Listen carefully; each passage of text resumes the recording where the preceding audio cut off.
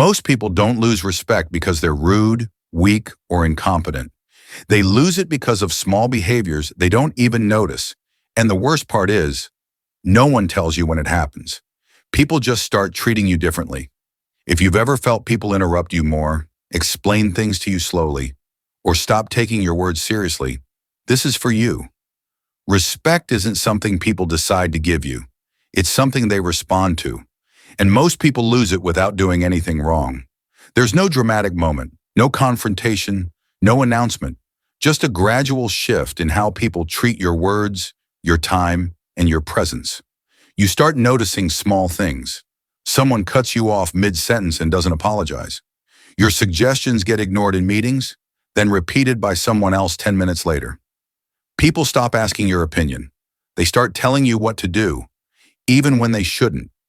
The moment people start seeing you as someone who needs to be understood, instead of someone who expects understanding, the dynamic shifts.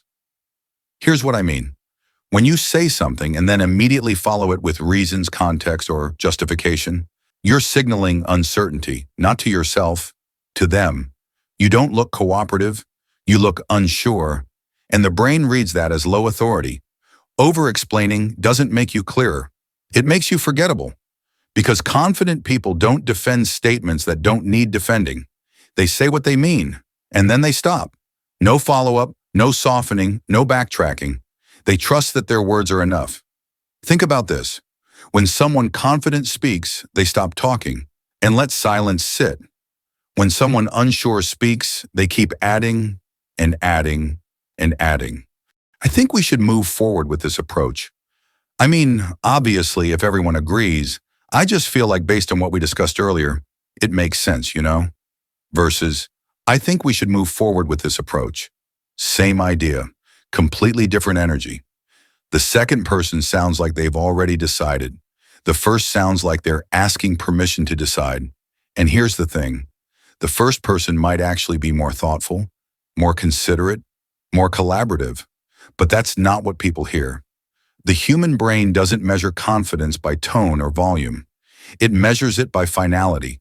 People trust statements that sound finished. When you add explanations no one asked for, you're reopening a conversation that was already closed. And once you do that, people start questioning whether you believed it in the first place. Not consciously, but instinctively. Think about the last time someone gave you directions. If they said, turn left at the light, you probably just did it. But if they said, turn left at the light, it should be left, unless they changed it. But yeah, left, you'd suddenly feel uncertain.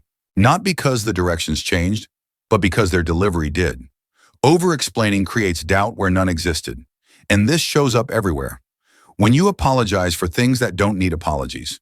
When you preface your opinions with, I might be wrong, but when you justify decisions before anyone questions them. Each time, you're teaching people that your words are negotiable, that your boundaries are soft, that your presence is optional. And once that pattern sets in, it doesn't matter how smart you are, how capable you are, how much value you bring. People will still treat you like someone who needs permission. The problem is, once people mentally place you in a low authority box, it's very hard to get out. Not impossible, just uncomfortable. Because now you're not just changing behavior, you're changing their perception of you. And perception doesn't reset easily. It shifts slowly, through repetition, through consistency, through doing the opposite of what they expect. You can't explain your way out of this. You can't justify it. You can't convince people to respect you more. That's the trap most people fall into. They think if they just communicate better, clarify more, explain their reasoning, people will finally understand. But that's exactly what got them here. In the next video, I'll show you the exact way people with quiet authority respond, without explaining or defending themselves. Not through aggression, not through silence, but through precision. You'll see how they handle questions without over-answering, how they set boundaries without apologizing, how they disagree without defending. It's not about being cold, it's about being clear. Respect doesn't disappear overnight. It erodes quietly, one unnecessary explanation at a time. And the hardest part is this. The behaviors that cost you respect are often the ones you were taught were polite.